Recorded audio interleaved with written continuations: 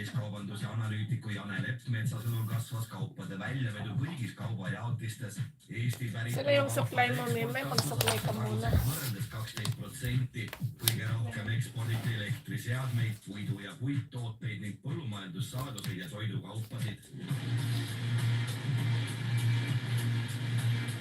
Täna algas kuu aega kestev romusõidukite kokkukogumise kampaania, mille käigus saab jäätmekäitlejatele anda kehvas seisukorras seisma jäänud sõidukeid. Kampaania ajal on jäätmekäitleja valmis ise sõidukile tasuta järele tulema. Üle saab anda ka osaliselt lammutatud sõidukeid. Esmakordselt saab kampaania käigus vabaneda ka sellistest romusõidukitest, mis ei ole liiklusregistrise arvel.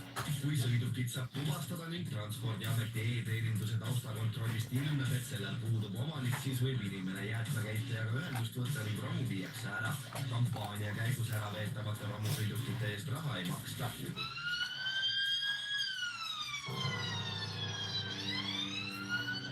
Möödunud nädala lõpp tõi Tartus kaasa 3 bussitamisjuhtumit, milles kannatada saanud inimesed viidi haiglasse. Muru tänaval oli terava esemega löödud 48-aastast meest. Politsei andis mehele esmaabi ning seejärel viisid meedikute haiglasse. Kohapeal peeti kuriteos kahtlustatavana kinni 45-aastane naine, teatas politsei. Kastani tänaval oli bussitada saanud 40-aastane mees, kelle arstid viisid haiglasse. Kolmas veretöö... Ayaw na naman magpasuklay si Mimi, oy! Suklay, bang dami mong ano, oh, naglalagas ng mga buhok, oh. Oh. Ikaw talaga, Bruhilda ka, ah. Iiwan ka ni Mama ng ilang, isang buwan. Oh. Ay! Diyos mio, garapon, masakit, Mimi! Palusid abi ja Tartust saadeti täna teele 11-liikmeline üksus Est-30.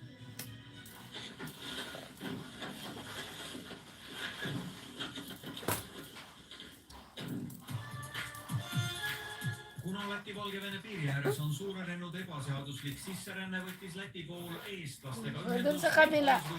Kabila. Oh, sa kabila. Oh. Tubli. Sa kabila. Oh, sa kabila. Sa kabila.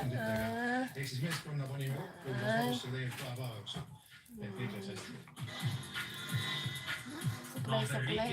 on viimastel aastatel piirialane Akin na yung tiyan. Oh, yun. Ang daming, ang laki-laki ng bilbil.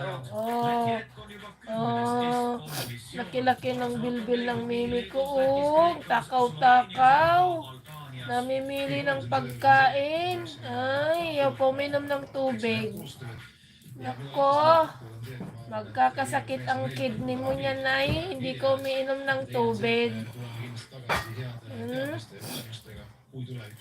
Pag ayaw ang pagkain, ayaw kainin. Gusto lagi hipon. Nay, hindi ka na sumasahod sa Facebook. Hindi ka na sumasahod sa YT mo. Wala na akong pambili ng madaming hipon. Ha? koha peal, aga koostöös siis lätlastega, kui me teha meeskondi, eks see selle koha peal täpselt aga koos me töötame. Namimili ka pa ng pagkain mo, sarap-sarap ng buhay mo, oh.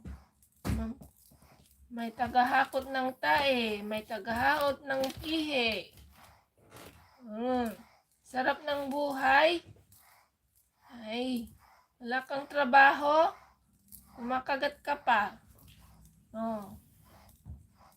May taga-suklay. Ano pa yung gusto mong buhay? Eh? Sarap ng buhay mo, oh. Oh. Oh.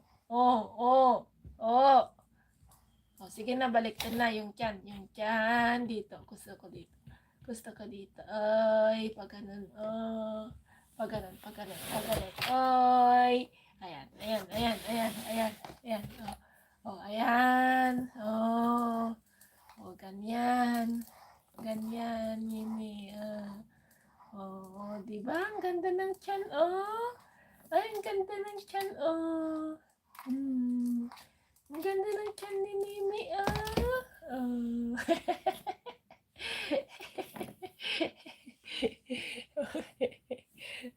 Ayan, oh. Okay, nakuha na tayo ng ano.